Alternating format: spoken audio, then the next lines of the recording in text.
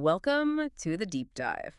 So today we're looking at something pretty fundamental. hmm That feeling of knowing. Exactly. That feeling versus, well, what's actually true and how surprises pop up. Right.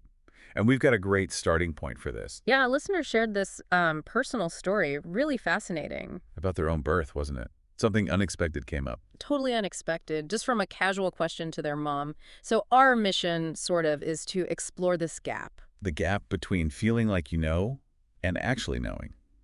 The illusion of knowledge. Precisely.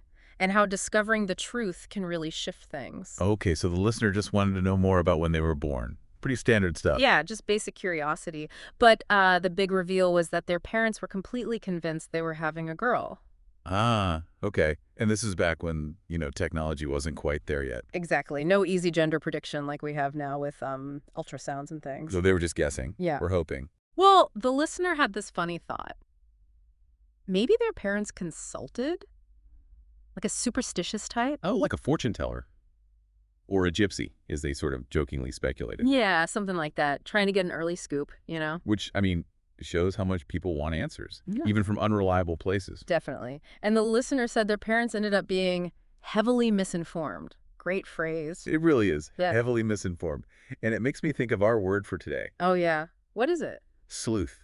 Hmm. Like a detective digging for clues. Ah, sleuth. Okay. How does that fit? Well, this listener, just by asking a simple question, kind of accidentally became a sleuth. Uncovering this hidden family factoid, I like it. Yeah, digging up the past in a small way. And it makes you wonder, doesn't it, about the practical side? How so?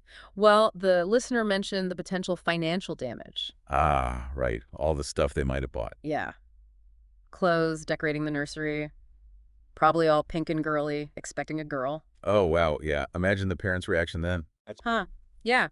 But it really shows how we act on what we think is certain. hmm The listener pointed that out too, that their parents betted on the illusion of knowledge, Instead of just, waiting for the baby to actually arrive. waiting for more reliable information, basically.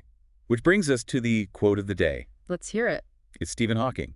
He said, "The greatest enemy of knowledge is not ignorance. It is the illusion of knowledge." Ooh, that fits perfectly here, doesn't it? Absolutely. The parents weren't ignorant. They just thought they knew. They had this certainty. Based on potentially some really shaky information, like that fortune teller idea. Exactly. And I acted on it. It's such a common thing, that desire for certainty. Feeling sure feels better than admitting you don't know, I guess. It often does. Yeah.